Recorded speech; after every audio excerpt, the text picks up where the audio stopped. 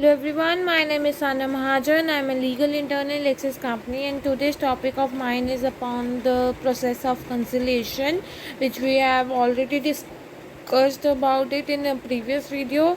And here are some steps related to it. What steps are going to be followed under the process of conciliation? And firstly, the step one is the commencement of conciliation proceeding. That is section 62 of the act, which talks about the commencement of the proceeding.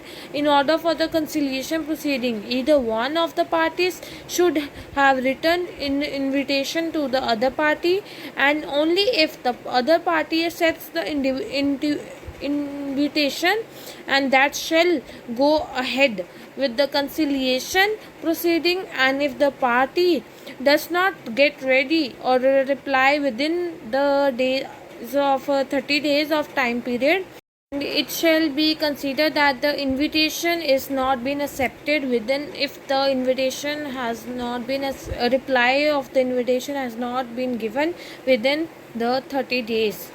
And further, there is the step number 2, that is the appointment of the conciliator after the parties have been agreed for the conciliation proceeding. The next step is for the appointment of the arbitrator, that is as per section 64. If the parties agree to that, they are going to appoint a sole conciliator.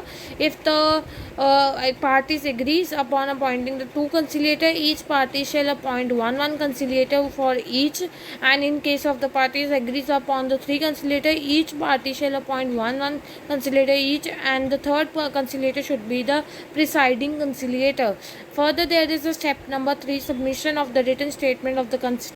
Thus, the conciliator may request each parties to provide with the written statement about the facts related to the case in hand, and it is necessary for both the parties and to submit the written statement to the conciliator. Along with the conciliator, the parties are also requested to send the written statement to each other.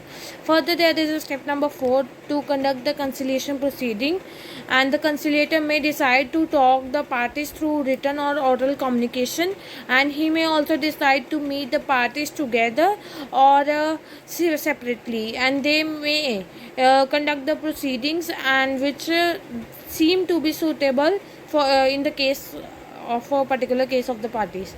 Then step number 5 is the administration assistance. That is, the parties of the or the conciliator may seek administrative assistance from a institution or a person if required. In order for seeking such administrative assistance, the consent of the parties is must for that. And this was all about the process of conciliation. And if you need any information related to it, please do write in the comment section, and please do subscribe this channel Lexis.